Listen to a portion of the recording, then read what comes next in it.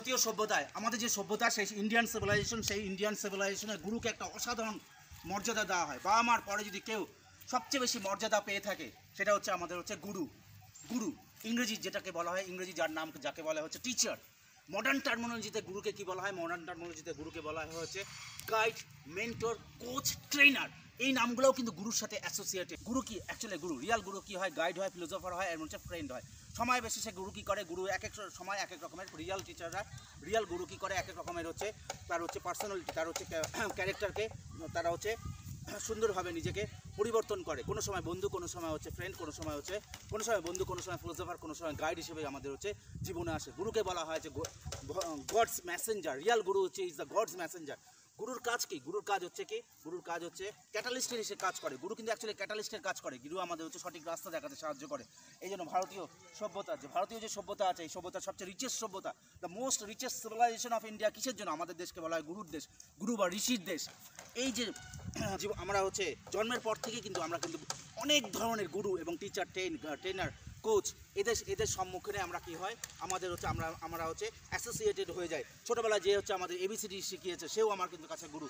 যে হচ্ছে তারপরে স্তর যতই বেড়েছে, যতই আমরা এগিয়ে গেছি, ততই বিভিন্ন টিচারের সম্মুখীনে কিন্তু আমরা হচ্ছে নিজেদের হচ্ছে ইন্টারঅ্যাক্ট করেছি, এবং তার প্রভাব আমাদের জীবনে হচ্ছে প্রচুরভাবে আমাদের লাইফের ব্লুপ্রিন্ট তৈরি করতে কিন্তু এই গুরুর ভূমিকা অসাধারণ। ছোটোবেলাতে ক্লাস 1, 2, 3, 4, 5, 6, 7, 8, 9, 10, 11, 12 যত এগিয়েছে ততই কিন্তু আমরা হচ্ছে এক একটা সময় এক এক ধরনের টিচারের আমরা হচ্ছে কী হয়েছে সম্মুখীন হয়েছি। এক একটা সময় এক এক রকমের, এবং প্রত্যেকটা টিচারের যে পড়া, টিচিং এবং তার পার্সোনালিটি, তার ক্যারেক্টার, তার ফিলোসফি, তার সাইকোলজি আমাদের ভিতরে কিন্তু গেঁথে যায় একটা নতুন ব্লুপ্রিন্ট তৈরি হয়। এই জন্য বাবা মার পরেও যদি কেউ থাকে সেটা হচ্ছে কি গুরু। টিচার, কোচ, গাইড, মেন্টর, এদেরকে 4টা শ্রেণীতে ভাগ করা হয়। Number 1 ordinary teacher, number 2 good teacher, number 3 superior teacher, and number 4 great or Nobel teacher. এই 4টা শ্রেণীতে কিন্তু আমরা এই গুরুকে রাখি। টিচার, অর্ডিনারি টিচার বলতে কাকে বোঝায়? অর্ডিনারি টিচার বলতে একদম এভারেজ লেভেলের যে টিচার, যে কী করে, যে হচ্ছে ক্লাসরুমে ঢুকে যে সিলেবাস থাকে, যে বইটা থাকে সেটা গড়গড়িয়ে শুরু সে পড়িয়ে যায়। তার কোনো দায়বদ্ধতা থাকে না, তার মধ্যে কোনো ইন্সপিরেশনের কোনো ভাব থাকে না। জাস্ট সে সিলেবাসটাকে কমপ্লিট করে। পরীক্ষার যে সিলেবাস থাকে সেই সিলেবাসটাকে সে শুধু কমপ্লিট করে, আর কিছুই করে না। এই জন্য তাকে কী বলা হয়? তাকে বলা হয় হচ্ছে অর্ডিনারি টিচার। একেবারে তার মধ্যে কোনো অত দায়বদ্ধতাই থাকে না, রেসপন্সিবিলিটি বিহীন হয়। জাস্ট তার মধ্যে থাকে হচ্ছে কীভাবে সে সিলেবাসটা কমপ্লিট করবে। এটা হচ্ছে কী, আর কপি পেস্ট করাবে কীভাবে? সে হচ্ছে ছাত্রদের মুখস্থ করাবে, লাইন বাই লাইন বই পড়িয়ে সে কী করবে? মুখস্থ করাবে এবং বলবে যে তোমরা পরীক্ষা দিতে যাও। এইভাবে কিন্তু কোনো দিনও ছাত্রের পরিবর্তন হয় না, কারণ ছাত্র নিজেই শেখে। ছাত্র কিন্তু নিজে শেখে, কোনো টিচার কিন্তু ছাত্রকে শেখায় না। বা এভারেজ টিচারের পরে যে কোনো টিচার থাকে সেটা তাকে কী বলা হয়? তাকে হচ্ছে গুড টিচার বলা হয়। গুড বলতে অর্ডিনারি এবং এভারেজ টিচার থেকে একটু ভালো, তার লেভেলটা একটু উপরে। এবং সে কী করে? সে হচ্ছে এক্সপ্লেইন করে। সে ক্লাসরুমে ঢুকে বিষয়টাকে নিয়ে কী আছে সেটাকে একটু বলে দিল, একটু ব্যাখ্যা করে দিল। জাস্ট পড়া, সে টেক্সট বই লাইন বাই লাইন পড়ানোর পরিবর্তে সে বিষয়টাকে একটু বলে দিল আর একটু ব্যাখ্যা করে দিল। একটু সে হচ্ছে ভিতরে ঢুকলো, পুরো ঢুকলো না কিন্তু জাস্ট একটু ঢুকলো, তার জ্ঞান অনুযায়ী, তার উইজডম অনুযায়ী, তার চেতনার লেভেল অনুযায়ী। এবং সেও কিন্তু হচ্ছে টিচার স্টুডেন্টদের মধ্যে কিন্তু সেরকম বিশাল পরিবর্তন আনে না। গুড টিচারও হ্যাঁ, সে একটা দায়িত্ববোধ, একটা রেসপন্সিবিলিটি পালন করে। সে ক্লাসরুমে তার সিলেবাসটা কমপ্লিট করে দেয় এবং সেটাকে একটু ব্যাখ্যা করে দেয়, এবং ছাত্রদের কিন্তু কখনো ইন্সপায়ার করে না, এবং সে কখনো ইন্সপায়ার করে না। বা ছাত্ররা কীভাবে নিজের থেকে নিজেই তার হচ্ছে কোর্স কমপ্লিট করবে, নিজের থেকে কোনো টপিককে, কোনো সিচুয়েশনকে, কোনো বিষয়কে সে বুঝবে, সেও কিন্তু ওয়ান কাইন্ড অফ কপি পেস্টের মধ্যে দিয়েই যায়। আর কপি পেস্ট যখনই হয় তখনই কি হয়ে যায়? তখনই হচ্ছে ছাত্রের ভবিষ্যৎ কিন্তু নষ্ট হয়ে যায়। A student never grow if copy paste is followed. Next লেভেলে যে টিচার আছে সেটা হচ্ছে কি সুপিরিয়র টিচার। সুপিরিয়র টিচার বলতে অর্ডিনারি গুড টিচার থেকে এক ধাপ উপরে যে টিচার থাকে সে হচ্ছে সুপিরিয়র টিচার। সুপিরিয়র টিচারকে বলা হয় উন্নত মানের টিচার। সুপিরিয়র টিচার কী করে? সুপিরিয়র টিচার করে হচ্ছে ডেমনস্ট্রেট করে। কোনো একটা বিষয়কে সে কী করে?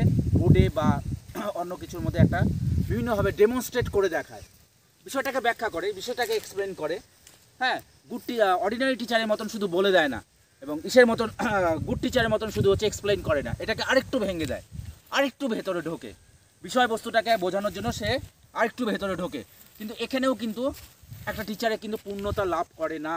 এই জায়গাটাও কিন্তু একটা টিচার পূর্ণতা লাভ করে না, কারণ এই যে ডেমনস্ট্রেট টিচার, যে সুপিরিয়র টিচার, থাকে সে ইন্সপায়ার করে না। ছাত্রদের কী হয়, এখানেও টু সাম এক্সটেন্ট কী হয়ে যায়, এখানেও to some extent copy paste হয়ে যায়, ডেমনস্ট্রেট করলো, খাতায় টুকলো এবং বাড়িতে গেল, এবং সেই বিষয়কে কী করে না সে ছাত্রদের ভিতর থেকে যে ছাত্ররা নিজেরা শিখবে সেই জিনিসটা কিন্তু করে না। 4 নাম্বার টিচার, গ্রেট এবং নোবেল টিচার, মহান এবং মহৎ টিচার।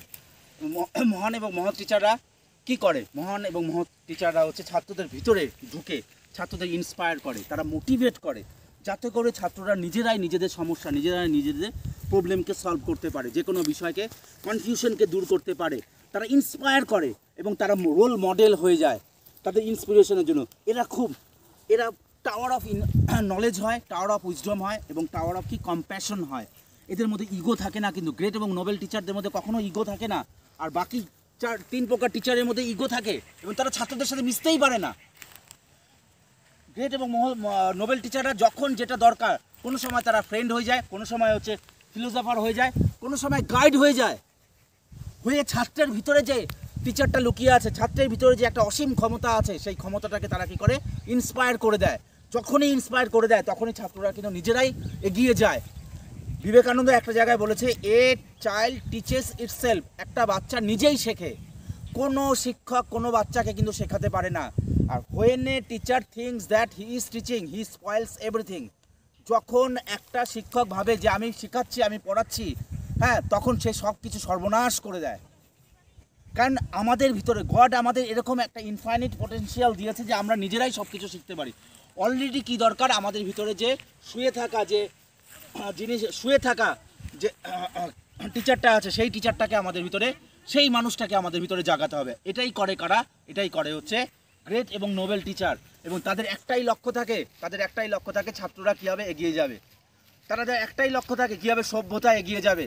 কারণ একটা শিক্ষকই হচ্ছে প্রকৃত কিন্তু সভ্যতার সৃষ্টিকর্তা। এই যে আমরা যে যত পরিবর্তন দেখি, যেখানে যত বড় বড় বিপ্লবী এসেছে, সব কিন্তু এই বড় বড় টিচারদের হচ্ছে টিচিংয়ের ওপরে, তাদের উইজডমের ওপরে। তারা একটা জিনিসকে ফলো করে, তারা সত্যকে ফলো করে। আমাদের ভারতবর্ষ মহান এবং মহৎ শিক্ষকের দেশ, কিন্তু এই ভারতবর্ষকে বলা হয় ঋষির দেশ। এই ঋষিরা, এই মহান শিক্ষকরাই কিন্তু হচ্ছে আমাদের ভারতবর্ষের ঐতিহ্য, ভারতবর্ষের অস্তিত্বকে কিন্তু বিশ্বের দরবারে একটা আলাদা স্থান দিয়েছে। আমরা যেরকম রামকৃষ্ণকে দেখি, আমরা হচ্ছে বিবেকানন্দকে দেখি, আমরা হচ্ছে ঋষি অরবিন্দকে দেখি, এবং সমস্ত ভারতবর্ষের এই মহান শিক্ষকদেরকে আমি হচ্ছে প্রণাম জানাই।